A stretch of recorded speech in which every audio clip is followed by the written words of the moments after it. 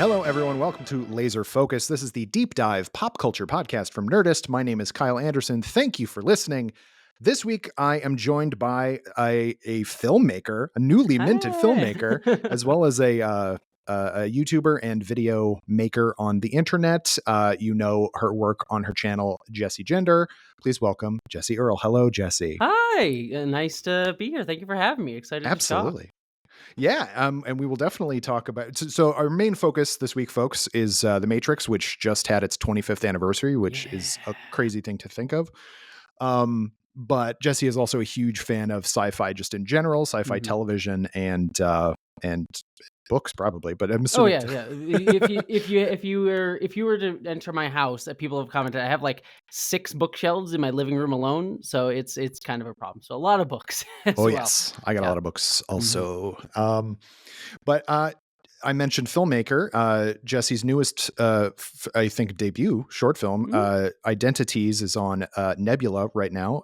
If you go to watch Nebula, I think, or nebula.tv. Yeah, it's nebula.tv. I mean, the best way, to do the whole promotional bit, nebula.tv/identities, IDENTITEAZE. So I've had to spell that so many times. I'm sure. Yeah. The fun part of science fiction is you get to come up with weird titles and words, but then you have to spell it every damn time. But yeah, if you go to that site, that's where you can sign up for Nebula, and it gets you right to the film as well if you're looking for that right away. And tell the folks a little bit about what the film is about and why you decided to make it and what they can expect. Yeah. So it is, since we're talking about The Matrix, it is definitely heavily inspired by The Matrix, and also works like Severance, as well as things like Neuromancer, sort of like William Gibson's Neuromancer, sort of cyberpunk, sort of anti-capitalist stories, but mixed in with like a very philosophical bent, again, kind of very Matrixy. And the film, the basic pitch of the film is 2 people wake up in a room, a boy and a girl, with no memory of who they are and no context of why they're there, and the room itself has no exits, and they have to figure out how to escape. And as the film slowly evolves, there's certainly a lot more that we can talk about more if we ever wanted to get into it, but there's a lot of other aspects of it that delve into gender and capitalism, and sort of these ideas of how our society attempts to sell us identities, and tries to sell us like this is who you should be, and express yourselves in these ways, and fit these boxes, and how trying to find who you are outside of these definitions, in a world that doesn't give you any tools whatsoever to be able to understand or articulate or think about that like who you can actually be outside of these definitions, can be a really radical act, and is the start of a much larger journey. So yeah, and also just the last thing too with it to say is it is hopefully a proof of concept / a pilot for a larger storyline. So while I do think it has a definitive end, it certainly asks more questions and has a lot more story to go from there. And last thing to say about it too is that it stars some wonderful people like John Delancey from Star Trek: The Next Generation, Abigail Thorne, who many people know from YouTube as Stelastic 2, but she was just in Star Wars: The Acolyte and House of the Dragon, as well as someone who I know was on your podcast very recently, Maggie Mae Fish, who is friend of the show, Maggie Mae Fish. Yeah, she is wonderful and a close friend, and I adore her. So she's one of the leads, along with many other wonderful people like Jessica Nicole and other folks. So that's the basic quick pitch of it. Yeah, and it's a pilot length, so it's like 40-ish minutes or so. 41 minutes and 23 seconds. So how many times did you have to sit there? I've had to sit in the editing room way too many times, so something along those lines. Yeah, that's awesome. And that is, obviously an interesting topic, but it's also one that you tackle quite a bit on your YouTube channel, is sort of through the pop culture lens of like identity and like, I like the way you say that, like what we're fed in terms of what the society thinks we ought to be and everything like that. That's clearly very important to you. Yeah, no, it's you were talking about my channel, like my YouTube channel is very much focused on talking about these philosophical ideas and these concepts of queerness and gender through pop culture. And when I say queerness, and this is something we'll probably get into when we talk about The Matrix, sure, it is not queerness in the sense of like sexuality, just like basic sexuality, but people who are shoved aside, who are excluded, who are not not the ones that the system is made for, and how those people sort of have a radically different view on the systems that we are made to live within, and how those who don't fit the boxes sort of define how those systems work. So yeah, that's just something I'm very preoccupied with in a lot of my work, and I think science fiction is just a really cool, unique place to discuss that in a lot of Mm. different ways. Like there's so many, like whether you talk about it through aliens, or you're talking about it through the Matrix, or you talk about it through all these different aspects. I think science fiction is just uniquely prepared to discuss that in a really cool way. So. Well, yeah, and like we said, you can check that out on Nebula. Yeah, let's talk about science fiction, because I feel like in a lot of ways it's been like it's a really good time for sci-fi television, Mhm. especially. You Oh mentioned yeah, Severance. Severance is I cannot phenomenal. wait for the second season to come on. It is such a good show. Hmm. But we're in the midst of I'm chomping at the bit for season 2 of, or season 3 rather, of Strange New Worlds Star Trek to come back. I Hmm. love that show Hmm. so much. And we just finished Discovery and all that stuff. Where are you in your Star Trek fandom at the moment? Where do you think everything how do you think everything's kind of shaking out on Uh, the Paramount Plus side of things? oh god, Paramount Plus is its own whole mess. But Star Trek as a franchise, I'm having such an Yeah. interesting up and down with it, because I do. Uh, you mentioned like Strange New Worlds is coming, but they actually just released Star Trek Prodigy on Oh, that's Netflix, right. which is the animated kid show. If people have not watched that, especially if you're a longtime Trek fan, I would highly recommend that show, because that is everything that I want Star Trek to be. It's made as a kid show, but it feels like it's a great continuation of modern Star Trek. It has like great serialized storytelling, has the action of modern Star Trek in it, and but also just has these like philosophical, like motion picture era Star Trek ideas of like big grand, like 1970s, like we're getting high and think of these really great Yeah. concepts, sort of thing, about the meaning of humanity. So like I think that show is really nailing it. Lower Decks, I'm a big fan of Lower Decks, because Mm. that's just like a big nerd, like explosion of just like that's a show that's as excited about Star Trek as I am. Um, so the animated side of Star Trek, I'm really, really loving. The live action Star Trek, I go up and down on, because there's elements that I really love. Like I think Star Trek Discovery was this interesting beast where I love a lot of its ideas, a lot of its concepts. I think it was one of the most inclusive Star Trek Mm. shows, not just in terms of like the cast members, just on the surface levels. Like there's a black woman lead, there's queer cast members, but a lot of like the philosophical concepts that it was dealing with throughout that show felt like it was trying to push beyond like these sort of very hegemonic Western ideals that we often think about. But also it kind of got wrapped in like, oh, we need to have a big action finale. We need to have like these big bombastic moments. We need to have these like a lot of explosions and a lot of nonsense happening on screen that I feel like often distracted and weighed down a lot of it. And then Strange New Worlds, I think, is kind of angling back into that era that I really love, where it is these sort of episodic stories that get Mm. into these very thoughtful science fiction pieces. But then every so often, I feel like it occasionally gets lost in the nostalgia of it all. Part of it being like there's a lot of like the Captain Pike and the Kirks and Socks that appear in the show, but then also just some of the storylines I feel like are a bit sometimes a little bit old fashioned, and I think we could be used with some updating in some of their episodes. They did like for example, I'm trying to think of like a good, very good example of it. Like they done the Gorn storyline, for example. They've had the Mhm. Gorn show up a bunch of times on the show, and while I certainly think they're angling towards doing something interesting with the Gorn, of like, oh, they're just monsters and whether or not they're actual people, there's an element of it that feels very superfluous to me. Of like, oh, they're just doing xenomorphs, they're just doing aliens, and it's taking a really long time to get to the point of what they're trying to do with the Gorn. I feel like when you go back to the original series, the Gorn were certainly meant as this problematic metaphor of like, look, we can respect other cultures even though we view them as like violent and Mm. angry. They sort of have a deeper culture and thought behind them.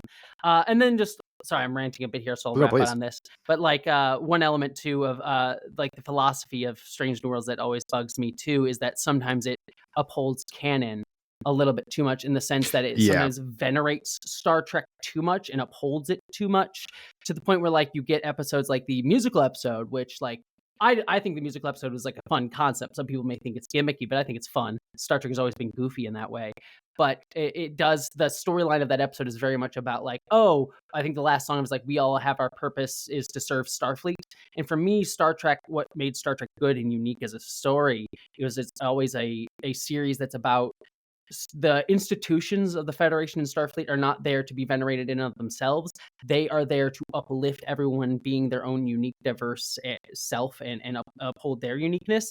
And I think that like when you get back to like old Next Generation and TOS episodes, some of the best ones, Deep Space Nine, my personal favorite Star Trek, were always about questioning these institutions and where they failed at living to those ideals. And sometimes I think Strange New Worlds and even Star Trek Picard and even Discovery to some sense sometimes gets a little bit too much of like, yeah, Starfleet's perfect, we can't question it, and it needs to be all great. And I'm like, no, the point of these things is to uphold, not to uphold these institutions, but to uphold our values that they represent. And I think that's a problem across a lot of big franchise media, like Star Wars kind of has that issue, I think to a much greater extent too. So Yeah.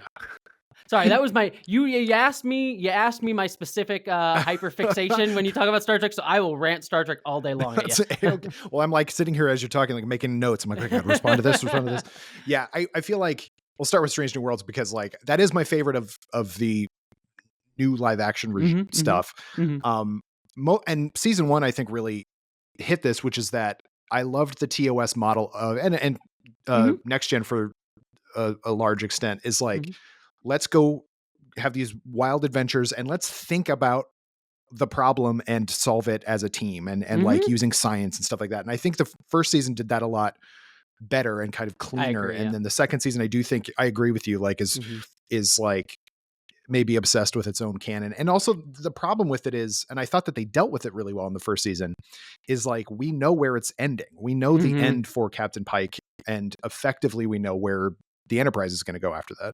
And I thought that they were like, okay, well, I won't pay attention to that. We'll just have adventures, which is like all I really want from the show. And I do think that the second season had a lot of, the fact that Kirk's in it a bunch, and the fact that, there's the moment where Uhura and Spock and Kirk sit down and have a drink. Like, it's like, okay, they're that's doing nice for people, but we also don't need that. You know what I mean?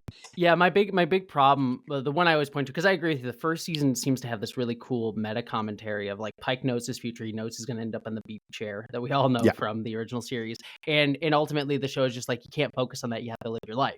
And I think that's a great way to talk about like a prequel in and of itself. Like, we all know where he's going to go, but like, we can still enjoy the journey and still live life. And I think that's just a great message. And then the season 2 kind of took that away. And I think the one that I always point to as like the biggest issue for me is Nurse Chapel and Spock. Yeah. Because we know from the original series that like Chapel has this pine. It's 1960s. The only thing a woman's going to do in the 1960s is pine after the guy. What else are women supposed to do? Right. And so Strange New Worlds, I think, did such a great job in season 1 of characterizing Nurse Chapel, like giving her this really full personality. I think partially due to the actors, is just great performance. And then season 2, like every single storyline that Chapel really has kind of revolves around like her having feelings for Spock. And it feels like a lot of it is just angling towards like, well, we need to justify her having this pining for Spock in the original series. And I'm like, well, you don't really. You can have her be her own person. You can have her explore much more than just like her storyline centering around the dude. And so it's one of those problems where like, I think they get wrapped up in trying to justify canon too much, and then that exacerbating the problems of a show that was made in the 60s. So. Yeah.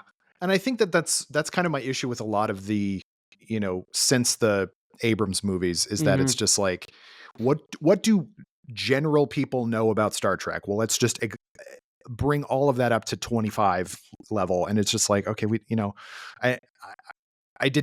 I understand that her last name was Noonien Singh, but I don't necessarily, I didn't need to contend with the con aspect of Lon's whole thing and going back in the past. And I generally enjoyed that episode, but I didn't think that was particularly necessary. And then the musical episode, it was like, it's a fun idea, but also like, hey, didn't we all do this 20 years ago when they did it on Buffy? Like, it didn't feel new at all. Like, it just felt... Especially because the music all felt samey. Like, it didn't have a personality. It was like, this is musical type music, and it didn't really have much to it. Yeah, I think this is a problem that franchise media in general kind of has right now. Star Wars is like trying to wrestle with it a little bit. But there's just this constant, I was talking about my own YouTube channel. I did a 6-hour video on Star Wars, I know, where we talk about like Joseph Campbell's monomyth and like how Star Wars is kind of decayed as a franchise. In the sense that Star Wars, when it was originally made, say what you want about George Lucas, is it had an intention that was pointing towards like, this is World War II, here are the Nazis. Mhm. We're also going to critique the United States as well. So it was like these interesting combination of like, we're going to address them in the visuals of fascism and Nazism, but also make some parallels to the American Empire and talk about how these things have some connection between the two of them. And there was a very clear historical intention. Get to the prequels, while the execution was certainly not as strong in many ways, there was also sort of an intention to talk about like neoliberal style democracies falling into Mhm. fascism and these cycles that we sort of fall into, that these sort of elements of power get into. But then when we get to modern Star Wars under Disney, it's become a brand to sell. And so it sort of like has the veneer of Star Wars without the intentionality of Star Wars. And so it just becomes these sort of like vague things like, oh, look, he's like, looks like a Nazi, but like, what are you saying with that meaning Right. to it? And it's why something like Star Wars Andor was so phenomenal to me, because he Tony Gilroy, who wrote that series, like stripped away a lot of that like need to like point to other Star Wars things, and really was like drawing from history and like pulling from the Russian Revolution and Stalin and a lot of those things for that storyline, and like other revolutions in like the Caribbean and places like that. And I think Star Trek, when it's best, it does that as well. Like they had a great trial episode in season 2, which seemed to be pulling from like real history.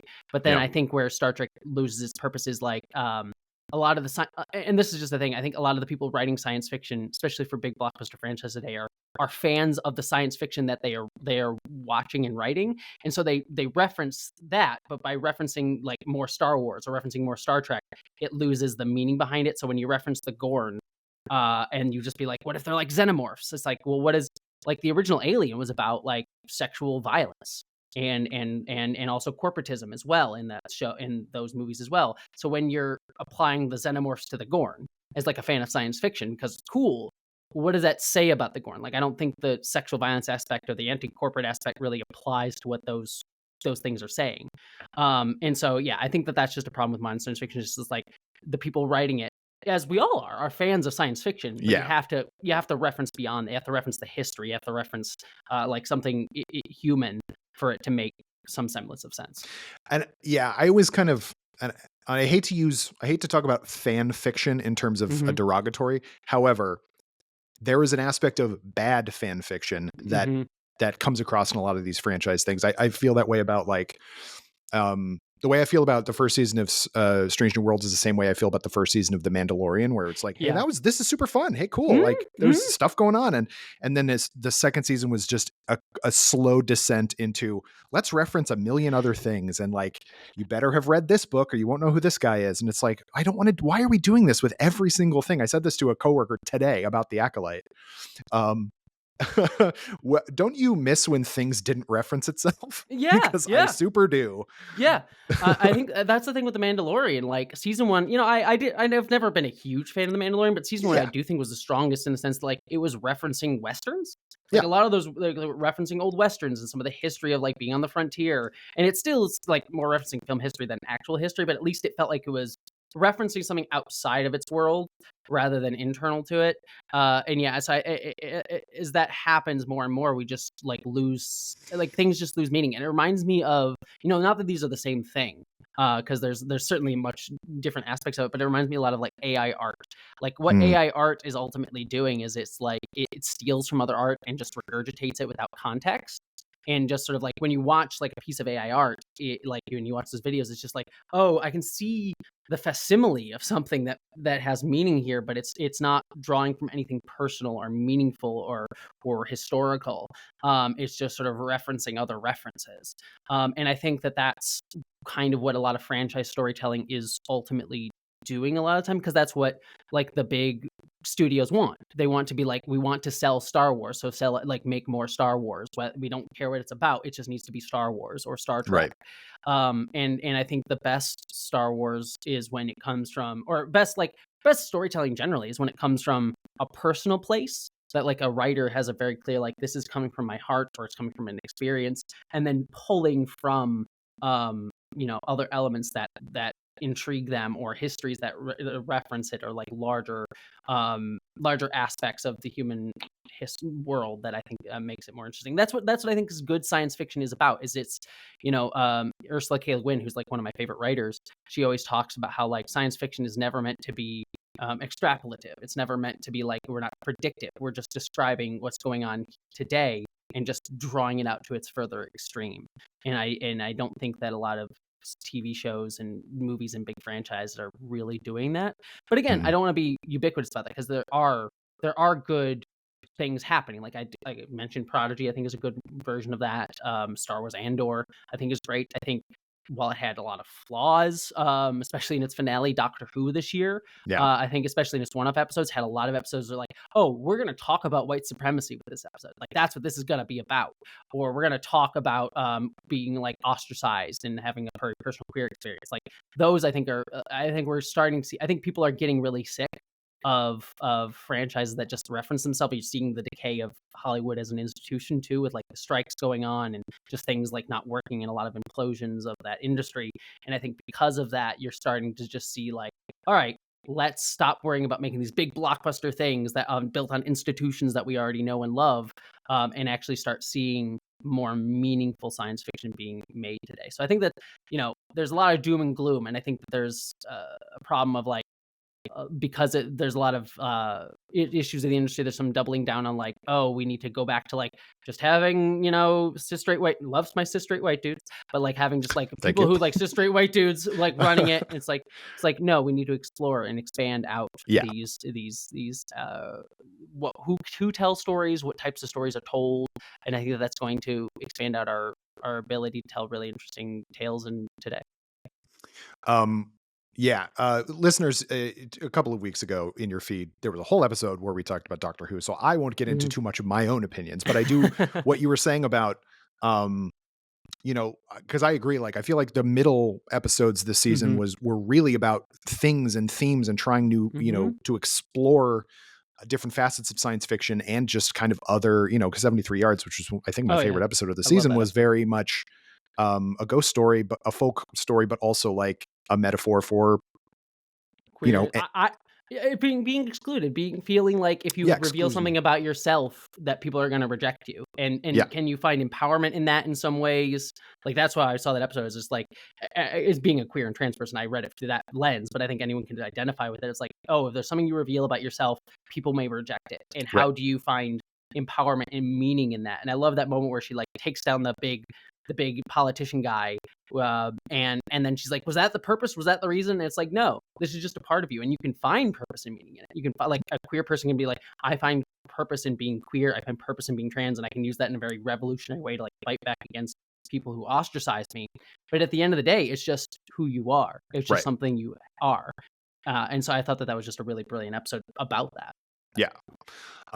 But then at the end of the season, we have friggin' Sutek, and it's like, I'm an old school. I like the old show a lot, but it's just like, why are we bringing Sutek in season 1, quote unquote? Like, it's just, I feel like for all the good being done that season, it just felt like that was not handled well at all. And not to say that the rest of that episode was perfect otherwise, but it was, it just kind of was a damp squib, in my opinion. Yeah, as someone who, like, I've watched Doctor Who since I was a kid, but I started with Christopher Eccleston. Like, that was my Doctor, and then David Tennant being my favorite. But I've only seen a couple episodes of Classic Who here and there, and again, been a fan my whole life. And even for me, watching that Sutek reveal, I was like, huh? Who? Yeah. Who is that? I have no idea who that is. So yeah, because he was in one story. Like, people like that story. I'm not a huge fan of Pyramids of Mars. I think it's fine. That was an entire season where they did sci-fi pastiches of gothic horror, and so that was the Mummy one. And sounds right up my alley. Honestly, it's fun. I mean, the one that I like more is Brain of Morbius, which is the Frankenstein one, which they ended up using a lot in the end of the Jodie era stuff, which we can get into. Yeah, Jodie's her own whole conversation. But like, it's Sutek is only important because fans who know who he is think he's important. And that's kind of where I was like, come on, Russell, like I thought you did this already. Like It's like you've got to give us reasons within your own work to make it meaningful. It kind of goes back to what I was just saying. It's like people just pointing at other things and hoping it's meaningful, but it's like, what does that mean to us? I think like one of the worst examples of it is the J.J. Abrams Into Darkness with the Khan bit of like, God, my name is Khan, and I'm like, for the like, I know who Khan is. The character's like, sweet, don't know what that means. Nothing to me. Yeah, totally. It's only a reveal to the audience. And it's the same with, I have the same issue with in like horror movies, where if something is a jump scare only for the audience, like if the character involved is not scared, then why did you scare me with it? Like, it's just, I think that's that's cheap. And I feel like it's the same level of rug pull where like, whether his name's John Harrison or Khan Noonien saying it to these people, it doesn't matter because they don't know who that person is. My pitch for that has always been, should have been Gary Mitchell. Because Gary Mitchell was in the original series. He was a friend of Kirk from his Academy days. So if you have Gary Mitchell be this person that Kirk's tracking down, it actually like it's a reference for us nerds, but it also adds context to that version of Kirk. Right. So, yeah. I'll ask. Oh, science fiction. It's you fun. do so well and then you don't. But science fiction that did really well. What a good segue. Transition. As a trans person, I respect a good transition. There you go. Yeah. So the main topic this week, of course, is The Matrix. A revolutionary movie. Like I don't think there's any way around it. Anybody who is younger than, I don't know, maybe 30 would probably not know how big a thing that was. Like The Matrix was the first movie my family had on DVD when we first bought our DVD player. Like it was we got to get The Matrix on DVD. And it was just like, it truly was like, your first step into a larger world is what it honestly felt like. Yeah. Visually and just kind of as a storytelling medium. Like it does. So it was so revolutionary at its time for numerous reasons. Like we can get to the actual context of the story, but just as like a piece of media, it felt vibrant and new. Like the storytelling, the action that it did was like all movies after it feel like it was like building off of what the Matrix was doing and had to respond to it in some way. It was also a new intellectual property. It wasn't built on these big franchises, so there was that aspect of it. There's also like it was also trying to do this multimedia storytelling, like franchise storytelling at the time, because you had the Wachowskis, they had clear aspirations of like, they had all these comic books that tied into it. They had the Animatrix that tied into it. They had these video games like Path of Neo or the Matrix Online that people were playing that all tied into like the canon of the story. And so it was a blueprint in so many ways. And that's not even getting into what we were just talking about, like the way the film has, like, it is philosophical yet still ties into strong character work. It has very overt themes like radical fight against the machine, fight against the system themes, but also there's like, even today people are still uncovering ways that it references like a queer and a very overt trans metaphor given the Wachowski's own personal journey. And I think it's just such a layered work that I think invites so much endless discussion. It really is just a phenomenal piece of science fiction and just of cinematic history. And I was sort of, I won't say concerned, but around the time that the fourth movie came out, because I had seen the first two especially, but all three of the original trilogy so many times that I was like, do I need to revisit this? Like, is there anything still there? And a bunch of friends and I watched the first one again. It's like, oh, let's watch The Matrix. And like, I'm just like, everything is still there. Like even though like, it is very 1999 in terms of like what it's trying to do visually, but also like, cyberpunk is not really a thing anymore because that was kind of low that I wish it were. But as someone who just made a cyberpunk style movie, I would heavily disagree with you. but I see exactly what you're saying. Fair, yeah. yes. Yeah. But at the time it was like, so much anime was cyberpunk. Like it was way more present. It was much more present, yeah. Especially since now we seem to be living in that cyberpunk dystopia. It's that's a lot more boring dystopia than we actually imagined. Yeah, there's nothing cool. Yeah, right? It's like, I thought we were all going to get katanas at the the very least. But no, Serious, I yeah. get I get ads everywhere, just like they promised, but not a single katana. Boy. And AI everywhere. Yeah, They talk yeah. about that's the thing, and the birth of Mhm. AI was the beginning of the Matrix, Yeah. like in terms of but yeah, so like all of that stuff, I remember them first saying, Joel Silver, who is problematic, Mhm. saying like just wait till you see the sequels. And it was like, what, there's gonna be more The Matrix? And Mhm. like you said, there was so much video game, animatrix, multiple sequels and everything like that. And like it was just it was everything. It was the and I remember being like, The Matrix is better than Star Wars, like Mhm. at the Mhm. time, because that's what was Yeah. coming out at the time. So it was Yeah. sort of just like, hey, that's really fun. Yeah. There's this whole thing that's R rated and it's for It's adults, like but it's it's also adults. super cool. It's also been interesting too, and we were talking about this being the 25th anniversary Yeah. of The Matrix, to like look at its legacy because it's had such an interesting pop culture legacy. I mean, obviously it's just influenced all of cinema, right? But then there's also like the film itself had very political aspirations, like we were talking about it being a very anti-capitalist piece of work. I mean, the main point of the film is ultimately like, hey, the Matrix is capitalism. We all live within it. I think you can realize that like we don't have to exist within this capitalist system. We can imagine something greater, imagine something different, and also a trans metaphor within that. But Mm. then over the years, you have seen this interesting sort of claiming by like right wing groups of it with like the red pill message. I mean, you look at like the Andrew Tates of the world, and his whole rhetoric is like, I am Morpheus, you're part of the Matrix. And in this interesting idea of like, instead of escaping the Matrix, this reference of like, you just need to be the winner of the Matrix. You just need to be really good at the Matrix, like work within the system and be really badass at it, and be really cool. And I think it's an interesting commentary on what I think are some flaws of the film that you wouldn't even think about watching it, but in terms of its point that it's making of like, it talks about how we need to fight the system, but it creates this like very strong hero character of like Neo, he's the badass. You can just be the badass and kick ass. And you look at something like Resurrections, which is a very contentious film. I love it. I love the fourth movie a lot, but I think a lot of the point of that movie is trying to get to like, hey, Neo is not this badass hero. The point that made him strong and what was important about him was because his relationships to others. Like the context of like the one is not him, it's his relationship with Mm. Trinity and with other people. And this movie tries to get at that, the original, where you have this like group of very diverse people on the Nebuchadnezzar working together to try and fight the system, but it does center on Neo, and you even have like Morpheus, who's just such a cool character, but he does sort of play into that like magical black person who helps Yeah. the white guy.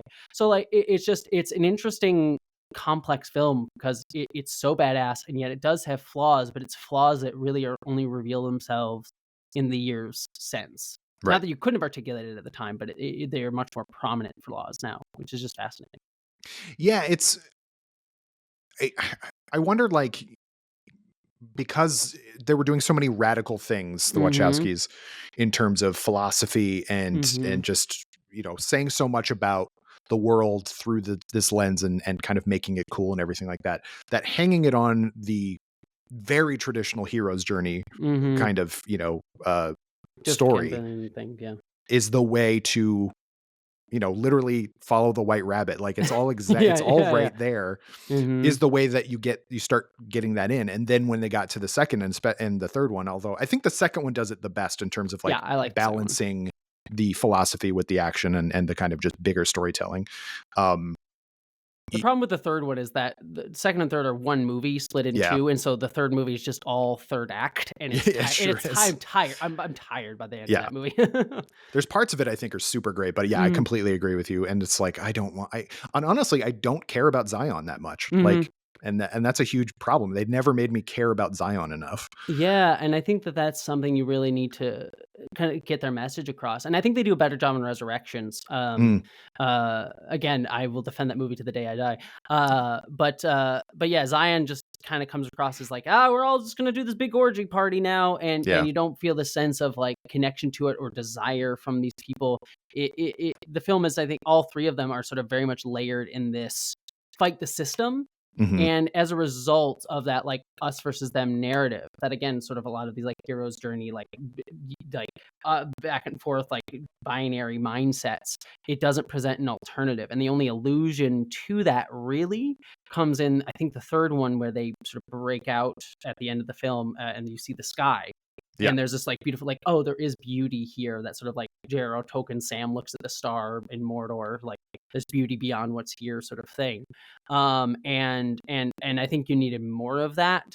And I think Resurrections, when we get into that film, you get moments of like, oh, Zion has much more beauty in it. There's much more community here. There's those elements of like, oh, what you succeeded in doing was changing what us meant, because you see the machines now working on Zion's side, like some machines working on their side. So I think they work to try to do that better in the fourth movie, but obviously it's only one movie, so they were doing a lot of things with that. Yeah, a lot. But yeah, I think that's again, it's a flaw. But when I talk about these as flaws, like they're interesting flaws that I Yeah. think like the movie throughout all four of its iterations like wants to be having conversations with itself about, which I think is really cool.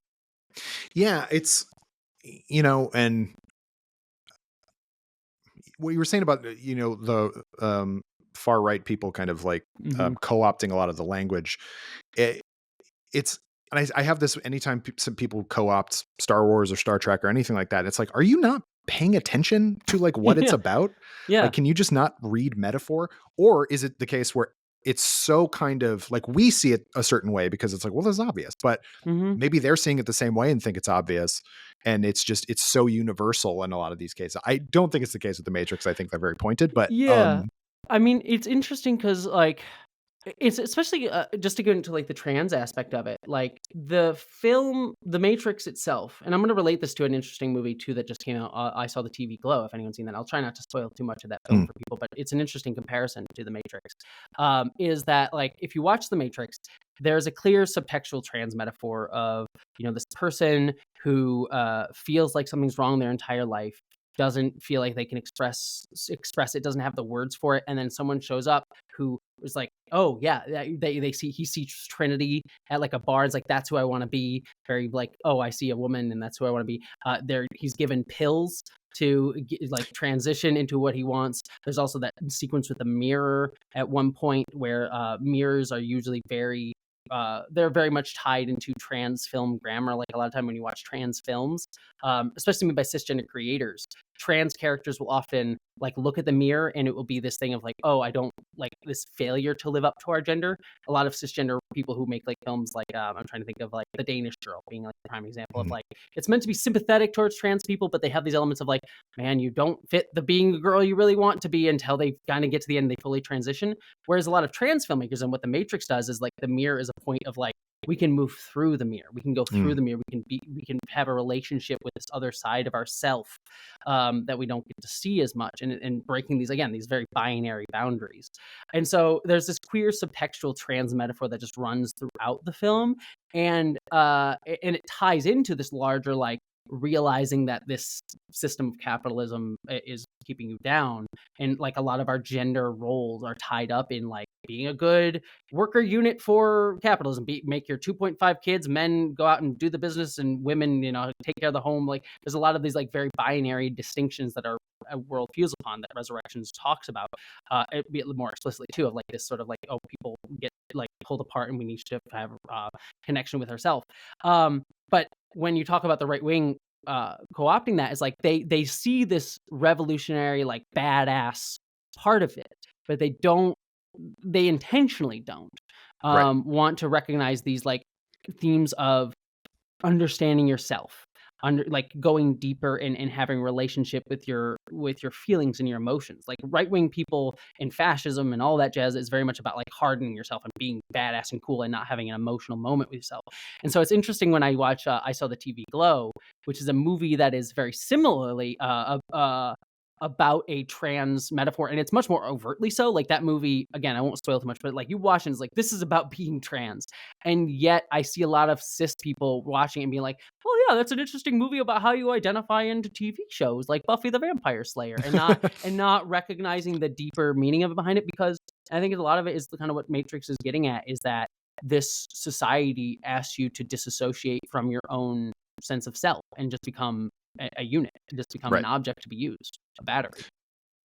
One of the on that token, like something I never picked up the million times I watched it when I was younger, but the mostly recent time I watched it, kind of knowing also that, the trans metaphor is a huge part of the reading of the film now, but is that moment when Morpheus takes Neo into like the waiting room essentially, and kind of gives Mhm, him the rundown of what happened to the world and everything like that. Um, he he projects his residual self-image, mhm. and it's like, this is what the Matrix thinks you look like and thinks I you know. ought to look like, but the real you is out here and all this stuff. And it's like, that's cool. Like that's again, that's something that, like, you know 15-year-old me did not understand in 1999 when that came out. So like, Mhm. um and I like that there's always that kind of reading in, like, that you can continue. That's the best thing about these movies, is that you can continue to find new things in them. Yeah.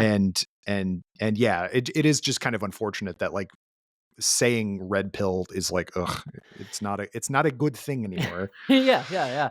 It's just it's fascinating aspect, and like other elements of it too. You're kind of like talking about like I always find Agent Smith fascinating too in Hmm. this piece, and like he seems like he just is like a regular antagonist, but he gets that great speech in the film Yeah. that is like, "Oh, I'm disgusted by you," and he and it adds so much world building too of like, "Oh, human beings like."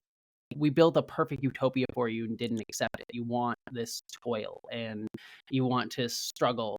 I don't know. There's just a lot there that ties into kind of what we're talking about these.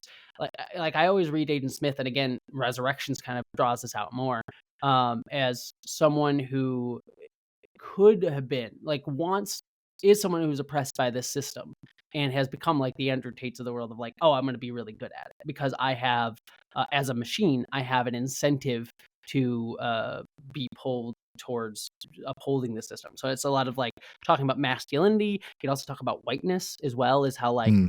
we're all racialized in our society as white people, black people, people of color, like, and they're putting these hierarchies, but as white people, we are given these enticements to be like, oh, well, the system's built on white supremacy, so you should want to kind of uphold it because fear the people who rising up against you who might like put like try and do the same thing to you, which is absolute nonsense bullshit. But it's sort of it's the appeal of what white supremacy tries to argue. And so Agent Smith kind of has that same thing where like being a machine kind of represents being white as well to a degree in this world of like he is oppressed by the system as well. He hates it. He hates living in it. He hates Hmm. suffering under it, and yet he feels an enticement to be part of it because he's a machine, and that's what the world of machines tells him to be, is like be the oppressor. Um, as a slight digression, as a person Mhm. whose last name is Anderson, Yeah. I got Agent Smith at a lot when I was in high school. Mr. Anderson. Yeah, yeah, yeah, Yeah, yeah, yeah. constantly. Mhm.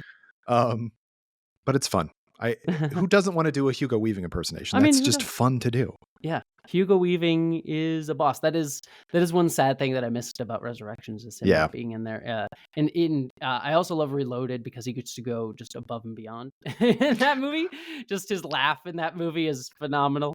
So, Yeah. I really, I know that the sequels are generally kind of, I won't say derided. I think the third one might actually be derided, but mhm, mhm. um I still think the second one has some of my favorite Matrixy stuff, which is Yeah. like, the idea of the architect, the idea of the key maker, like all of this. It's very like magical fantasy world stuff. The weird kind of revelation, not to just use revelation, but that the Oracle says, which is like vampires and aliens and werewolves are all stuff in the Matrix. And it's like, that's Mhm. such a weird idea. I love it. Yep. Um, but I still think just on a technical level, the highway chase fight is the best thing that they ever did. As Oh, cool as it's the bullet time is in the first one, I think that is the pinnacle of like action. Oh yeah, that whole sequence is so freaking cool. Yeah. I'm trying to like think of like it's been a while since I've watched that one specifically, but it's just like that it goes on for a really long time and they do so many beats and yet it reads so Hmm. very well and they manage to make it feel tense the entire way through. In a way that like again some of the Zion stuff in the third movie just feels like noise of like, oh, Yeah. we have these mechs and everyone's shooting, it's like CGI stuff shooting CGI stuff. Yeah. Yeah. Yeah. And I Um do think like the CGI it's tough, especially you go back and watch that, or you watch like episode 2. Attack of the Yeah. Clones, where you're just Mhm. like, oh, the CG, you relied too much on it too soon, kind of thing. Because Mhm, I think mhm, like the big fight with Neo and all the Smiths in the mhm. second one just does not hold up. Like it just looks, it's great for a while when they're using doubles and stuff, and then Yeah. all of a sudden they're cartoons, and then they go back, and it's Yeah, just you're like, like, "Oh, no, that doesn't happen." There are some cool aspects of that though, like where I do like, where they do the punch and the water, like is mhm. like the water bubble happens, like that's just a cool concept that you don't really see in action movies, a bunch. So I love that, but you're right, like there's a lot of movies that are like, "Oh, that is clearly a rubber-faced, Keanu Reeves happening right now." Yeah. I like that shot. It's in the third one, I think, where like they're slow motion punching each other, and Yeah, it's like, it's that shot of Hugo Weaving's face going like that, and it's mhm, clearly just a an, CGI a CGI thing. It monstrosity. makes me laugh. Mm, Um, but I do think that like one of the things that they ran into after the first Matrix is that, well, now he's a superhero who can fly. mhm, So what do you do? And so in the second one, they kind of second and third one, there was sort of like, how do you bring him down a peg? But I do think one of the best things about the fourth one is that it's like he's diminished. Like he's the superhero for that moment, the yeah. Neo of this world, and then he needs to kind of get built back up every single time. I think that's such an interesting concept. And you're right, like, I'm very conflicted about the fourth one. I'm Yeah, glad you like that's it, fine. because I Yeah. most people I talk to don't even like it at all. Oh, I will die on the hill of loving it. Die on the hill. Because one Mhm. of the problems was that, and I always forget, it's Lana, right, who made that one? Mhm, mhm. Okay. Um, Let me double check that actually now, I wanna I'm make sure. pretty sure, I but think now I you're don't know. right, but now I'm just gonna be like, "Oh, no," if I get it wrong. Yeah, it is Lana. Okay. Correct, yes. Was that if she didn't do it, somebody else was gonna. And it was Yes. sort of like, this is mine or ours, and I need to I need to continue it. So there was, I think, a lot of uh consolations made. Mm. Concessions is the way that people say that. Um is the way Yeah. humans talk. Um and so all the stuff that I think is interesting was the stuff that she was able to get away with above and beyond, like, you gotta have Smith back and you Back gotta and have all this mhm. stuff. And that's where I have issues with it, is it feels too much like the franchise crap that we were talking about earlier. Yeah, and I don't disagree. I think what's interesting about that film, to kinda go on a rant on it, is it is a film that hates the system that made it come into creation. Yeah. But it doesn't hate its own, because I've seen a lot of people's like, "Oh, this feels very cynical." It's like, no, it hates the system that made it, but it doesn't hate that it exists. And so you get that whole beginning part of the movie, which is very much like, even calls out Warner Brothers at one point, and being like, Warner Brothers wants us to remake this thing, and so we have to like kind of like do bullet time again. We have to have these characters again. They have that whole sequence that like calls it out, and that is mirrored by this wonderful montage of Neo just taking these blue pills and Yeah. running on a treadmill. And it's this idea again of just like how capitalism wears you down and asks you just keep just running on that treadmill, keep running every day and wear yourself down, just keep taking those pills, don't think about the world, and just regurgitate what worked before. And it's this commentary about again how the capitalism is able to reclaim its critiques of itself. Like, you can critique capitalism all you want, but it will ultimately still try and find ways to like, we'll sell it to you. Like, I love Star Wars Andor. It's this very revolutionary TV show. It's like, yeah, like these systems of power and control are awful. We need to take it down, and it's made by Disney. Yeah. So it's just how that stuff works. So the movie is talking about that, and yet there's this. I, like like people critique elements of the film where it's like, oh, the action isn't as good, but I think that that's part of what the movie is trying to say, is like, yeah, the action isn't as good because this shouldn't be about that. It should be like, certainly you want the films to be visually interesting, but it's talking about how you shouldn't get caught up in this like strong man, we need a big savior character, and how Neo is diminished, and how he only, this is what I was talking about earlier about how Neo, he is not the one, and the one is our connection with each other. And I think Neil Patrick Harris's character in that film even says it at one point. It's like, oh, we tried to like steal your power, but it wouldn't work. And the only reason that it was worked is if we got you too close to each other, but kept you apart, like just far enough apart. And that's where the energy came from. That's where your power came from. And it's talking about like how connection to others, finding community, building up these ideas. That's where our real power comes from, and the ways these systems work of like keeping us frustrated, of like, we can almost have connection, but we see each other's in binaries of like man versus woman, guy versus girl, black versus white, like these hierarchies that we create and generate. keep us fighting each other instead of like working together to fight back against these systems of hierarchy.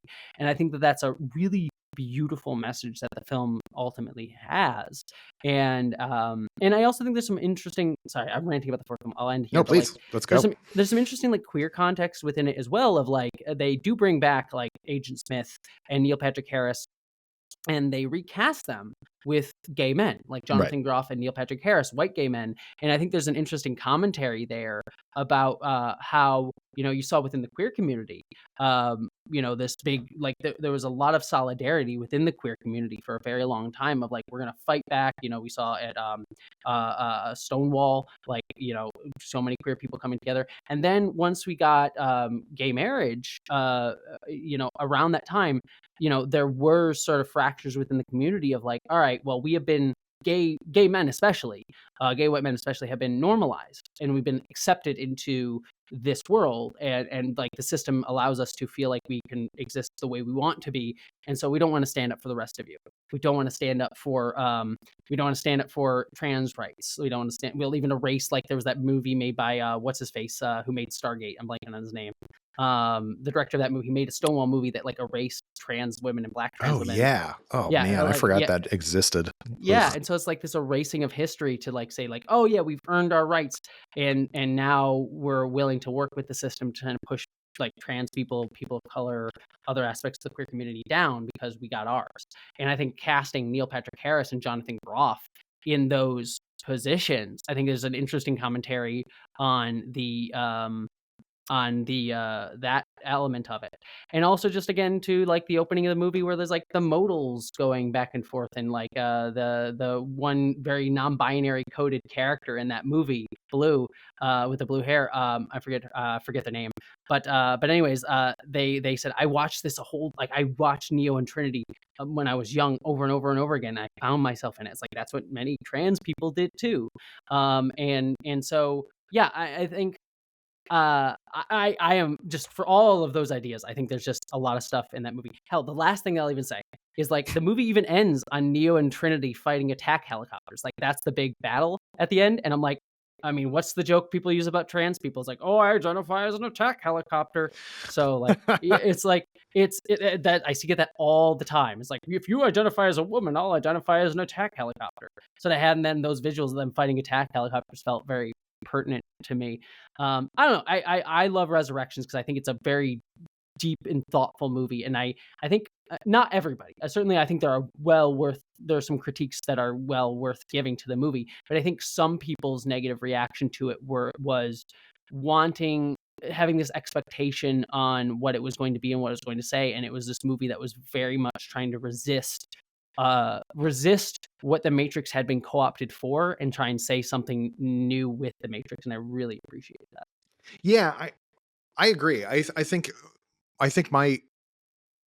and I have only watched it the one time, so maybe I just need to watch it again. Oh, But and again, there are criticisms to have. So if you don't yeah, like it, that's cool. So, but yeah, I don't think it pushed it enough. I think it was still too much in like Warner Brothers, like calling out that Warner Brothers wants us to remake it it's in not your enough. remake of Warner Brothers isn't the same as critiquing that. Do you know what I mean? Yes, like, yes. Well, it's still working with it. You're still making a movie. Yeah, Warner exactly. Bros. Still going to profit from it. So, like, the ideal would be you make something separate from it, right? And yeah, it kind of goes exactly what you were saying of like Lana being kind of forced to make it.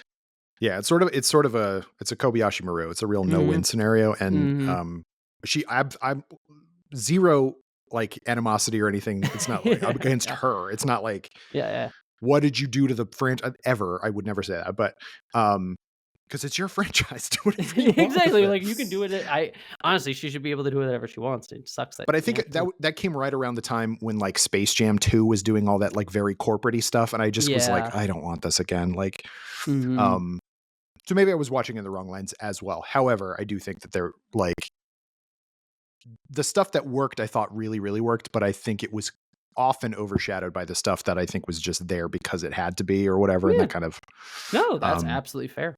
And it didn't, and how could it? I was going to say it didn't revolutionize anything, the way that the other ones did, but it's also like how Yeah, I don't know if it would revolutionize ever stuff. How be. can you do it again? You know? Especially with the same thing, Yeah, revolution tend to come from new stuff, and I think that's also what I was trying to say is, like, at the end of the movie, it's like, paint the sky with rainbows, and I think that that's a reference to of queerdom, course. I think, obviously, but also I just think, like, yeah, you're not gonna get anything really revelatory in the shell of the old. You need Right. to build something new, and I think it goes back to what we were talking about earlier with, like, these franchises referencing other franchises, right? Like Star Wars referencing more Star Wars, Star Trek referencing more Star Trek, and the only way to break out of that is if we talk about Star Wars Andor. I think that that succeeds as well as it does because it eschews a lot of the type of filmmaking that Star Wars had done to the point and uses the setting of Star Wars to bolster its points rather than sort of distract from it.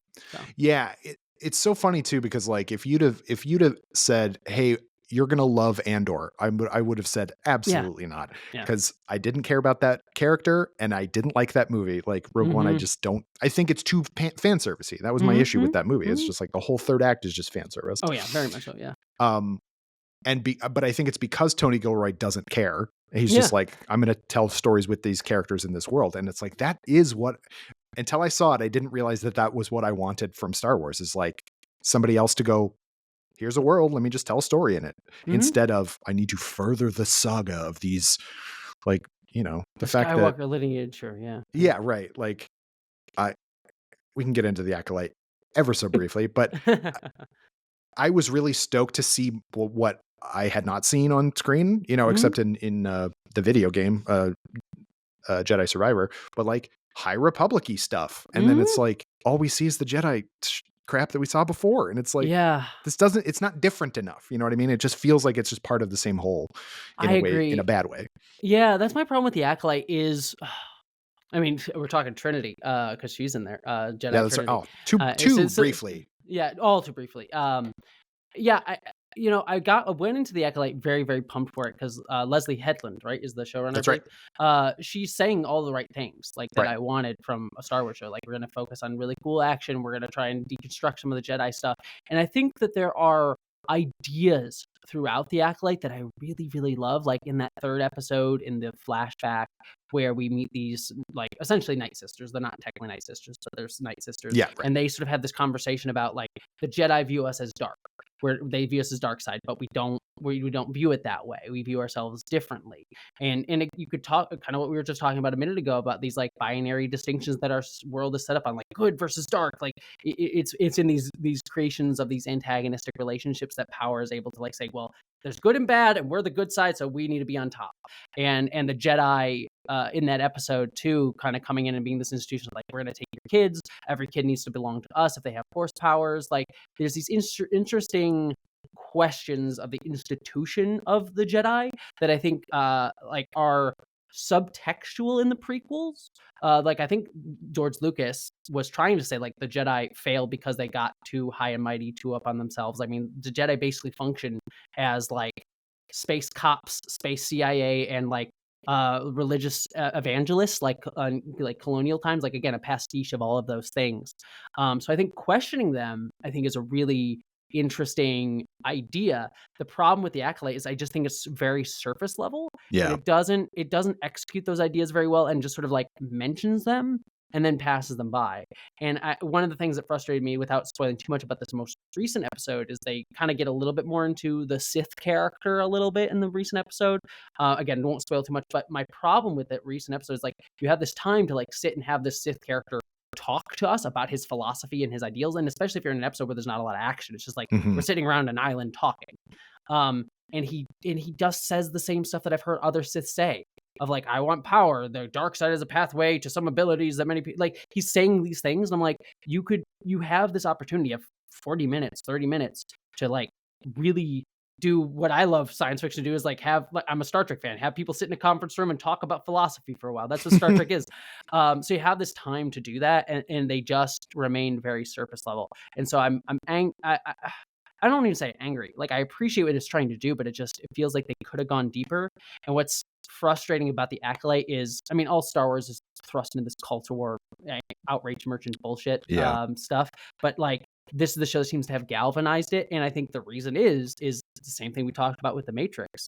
it's questioning these institutions that people love. Like they're questioning the Jedi. It's like, I wanted to always be a Jedi growing up, but like it's these questions of these institutions that people have like identified into without realizing like we should be questioning the institutions but upholding the values and like using these Right. values to uplift ourselves.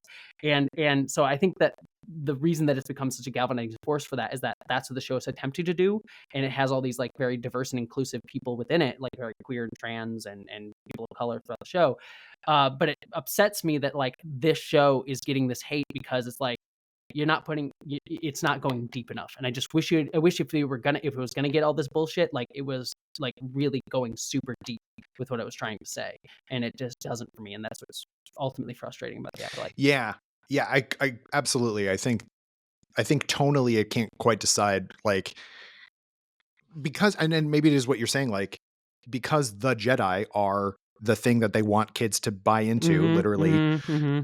They can't be Too just they can't be too in the wrong, I guess. But like, did you happen to watch the recent the two animated like kind of short seasons, Tales of the Jedi and Tales of the Empire? Yeah. The Tales of the Jedi stuff with Count Dooku, I think, is some of the best stuff in Star Wars. Certainly recently, and it's all because like it's questioning the ethics of the Jedi Order when it's at its height, which is what I agree. Like, it's what the Acolyte ought to be doing, which is like, you know, we are wrong. And it's like this episode, again, no spoilers for people, but it's like we almost get to hear stuff. We almost get to hear the conversations we want to hear on both sides. And we can't because we got to save that for next week. And it's just like, that was driving me crazy. Like, it was up the wall. It's wild you mentioned that Dooku stuff, because that, I agree with you. Some of my favorite stuff. I had a whole video about just that because you go back to that and you see Count Dooku. Like the first episode there is he's working as basically space CIA. He's sent to this planet on the behest of a senator, and the senator is like, get my son back, beat these people up, get whatever you need to do. And he's just working as an enforcer of the state. And he goes there and sees like these people are poor and don't have any like ability, and they're just doing this because they want to be heard, and you're just asking me to beat the crap out of them. And that's what the Jedi have become. They just become these enforcers of the state.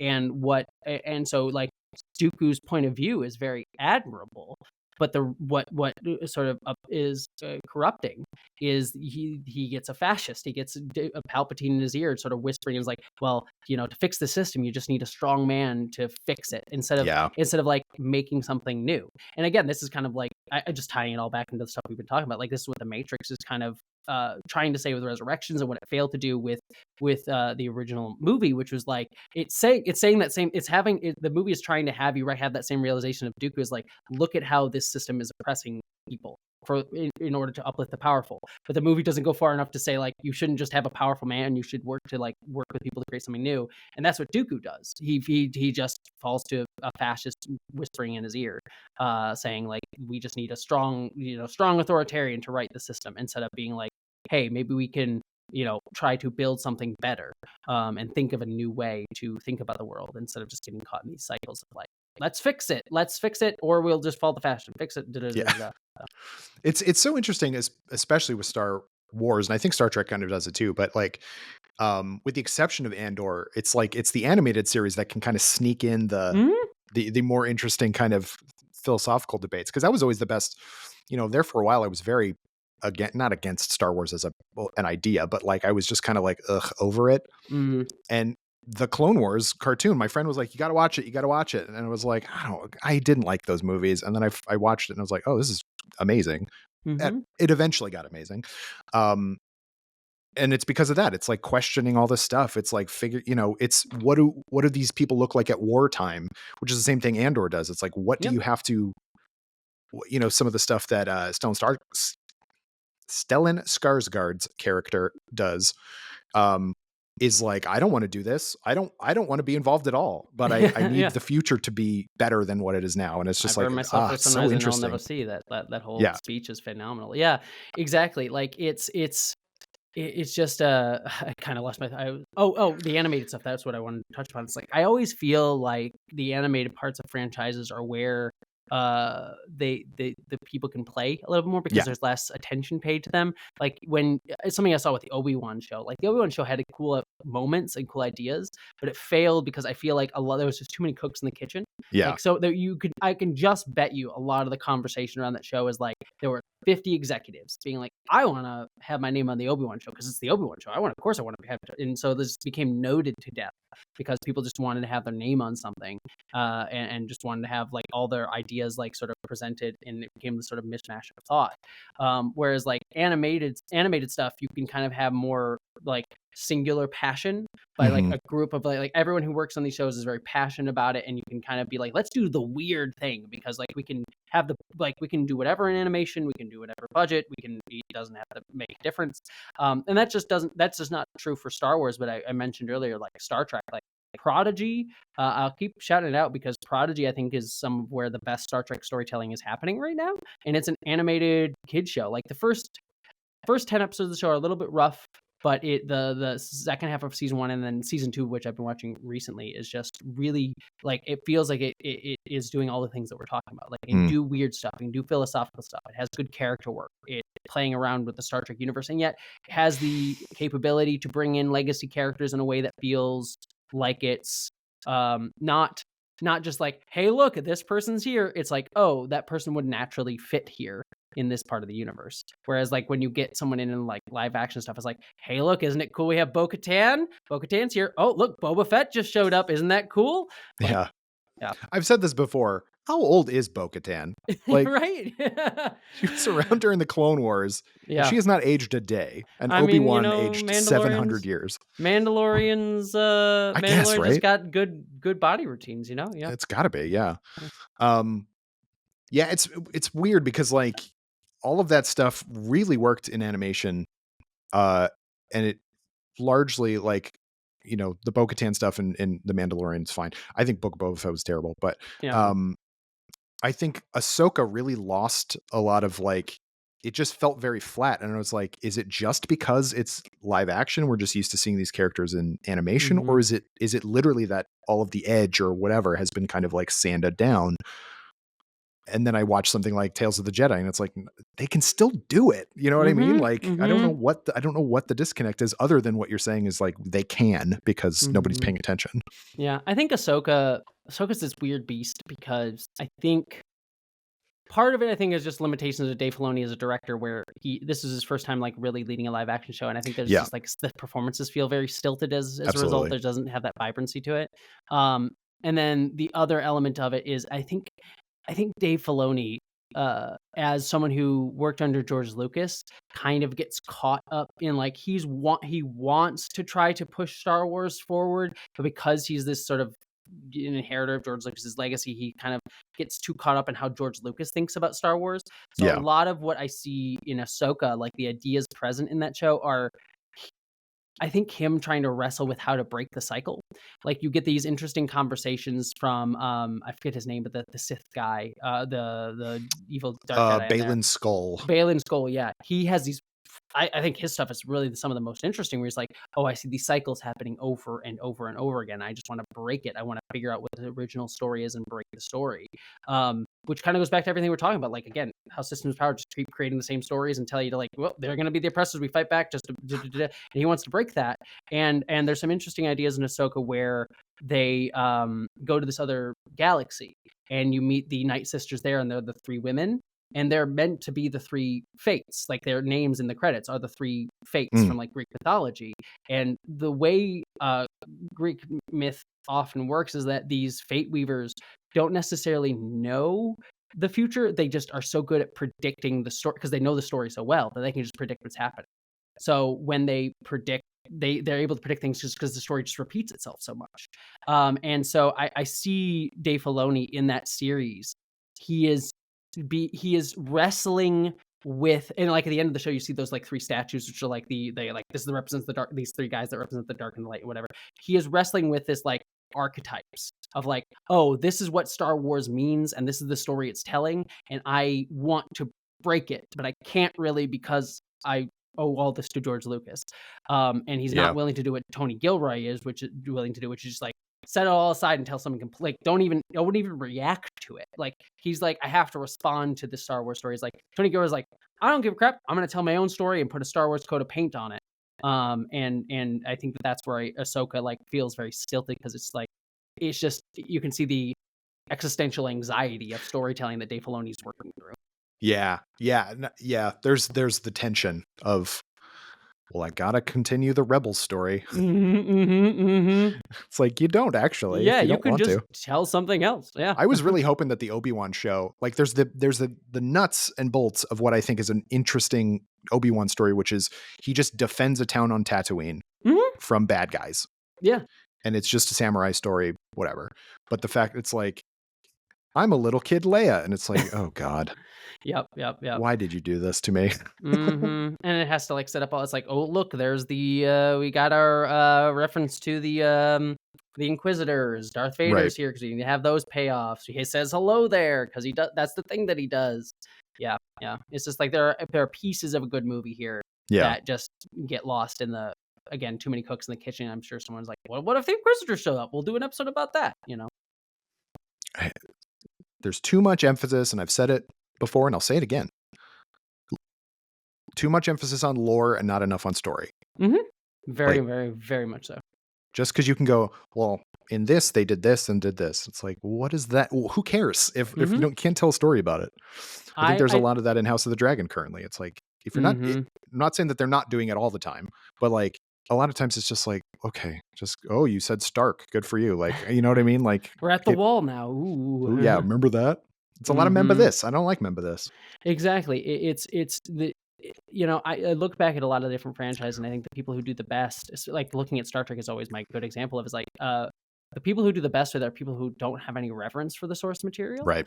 I like, you look at Nicholas Meyer, who did Wrath of Khan and Undiscovered Country, which are my two favorite Star Trek movies, or two of my favorite. Undiscovered Country is my first favorite.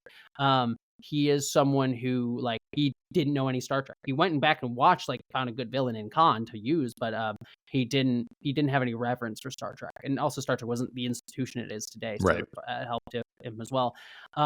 And then I would even argue, people can dislike the choices made, and I certainly think I have my quibbles with them too. But I would even argue that Star Trek 2009 is J.J. Abrams' best movie, specifically because he has zero reverence for Star. Like he called in Alex Kurtzman and other people who were Trekkies, but he himself wasn't a Trekkie.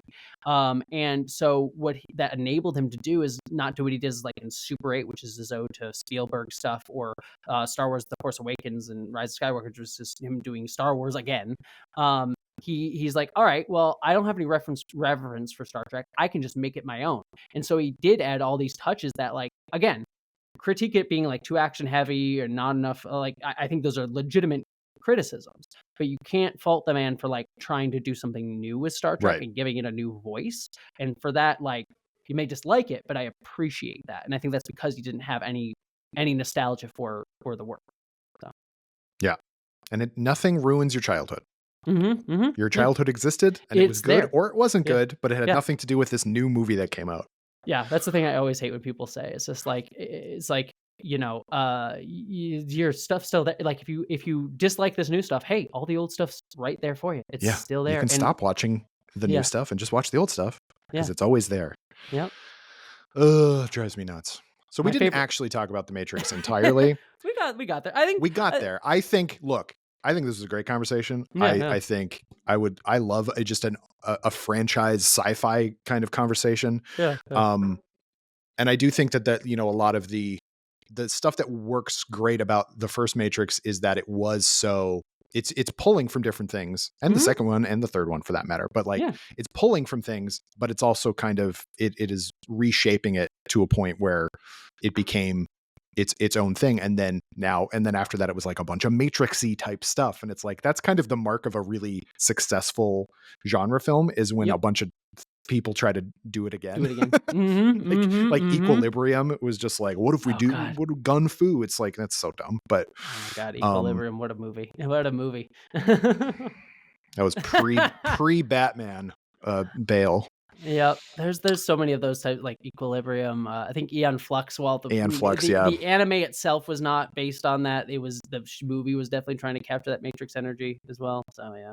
I do love, before we stop talking about anything, but the Animatrix, I think, has some of my favorite Matrixy stuff in it. I think there was a lot of, because they just gave it to a bunch of filmmakers and like make an anime film, and like, there was the one that was like a film noir kind of detective story. I think it's called Detective Story, and Trinity's in it, but it's kind of not really about her and stuff like that. I think that stuff is really interesting. They're all very downbeat stories. Yeah. Oh yeah. But, Yeah. I have critiques of some of the animation stuff, but I think overall it's like conceptually, and I think a lot of the execution of it is really, really good. And also Star Wars Visions is a similar mindset. That's right. Yeah. Some really good stuff in that too. So there's that second season episode where like the kids go into the cave or whatever. That one's one of the best Star Wars things I've seen in a long time. Yeah. That's really good, and is pretty similar to an Animatrix episode as well. Yeah, it is. Yeah. Weird. Yeah. Jesse, thank you so much for joining me. Yeah, thank you for having me. This is I hope I didn't rant too much at you. It's no, my please. hyperfixation. So people don't need to hear me rant anymore. When I hear guests rant. We talked about it at the top, but how can people get a hold of you and your work on the internet should you choose to be found? Yeah, of course. I would love to be found. I mean, the main thing is Jesse Gender. That's my YouTube channel where I do video essay type of stuff. So if you like these pop culture conversations that we just had, I have these types of conversations all the time on my channel. If one I would point you to very specifically is I did that 6-hour video on Star Wars, which is the long video, but it gets into like a lot of this Joseph Campbell stuff. We actually did a whole half-an-hour animation within it that was in the old Tartakovsky Samurai Jack Star Wars some of the best style. Love it was very fun. So check that out. I'm on all the social medias, but the big thing to promote is Identities, which is, as we said at the top, my own science fiction film that is on Nebula, the wonderful streaming service Nebula. And just to quick pitch it again, if any of the ideas that I've been talking about here interest you, I think a lot of what Identities is about is kind of having these same conversations too about binaries and how we sort of seek ourselves in a world that tells us to be against each other. And how do you think about who you are when you're told to like separate parts of yourself and kill parts of yourself in order to sort of fit the molds that society tells you to be. So that's a lot of the philosophy of what I'm trying to say in Identities, and it's a very inclusive film, very queer film. We have we made it with I believe we had like a 60% trans women and non-binary cast and crew, but that doesn't even count like the trans men and people of color that we all made. The reason I mention that is just like wanting science fiction from new perspectives that are inclusive of everybody. Like the film, it has a very trans perspective, but I hope like The Matrix is something that everyone can relate to as well. So anyways, I could rant about that all day, so I won't do that. But yeah, if you can support it, it's on Nebula. If you go to nebula.tv/identities, IDENTITEAZE, you can sign up there. Nebula is just $5 a month. And you get access to my film and all the other stuff that is available on Nebula. And like I said, signing up does directly support. It's a creator-owned streaming service, so it supports the creators. It also supports the film directly because we are trying to pitch it as a TV show, and this being the first episode of it. So more people watch it, the more likely that is to happen. That's great. And yeah, folks, get Nebula. It's great. If you like video essays on YouTube, go there because there's better versions of it often and longer and no ads. Thank you all for listening. You can follow me on Instagram on functional_nerd. You can follow me on Letterboxd Kyle_Anderson. And please join me again next week on Laser Focus when my guest will be a different person. Bye-bye. Laser Focus is a production of Nerdist Industries and Legendary Digital Networks. It was produced, edited, and hosted by me, Kyle Anderson. For more, visit nerdist.com.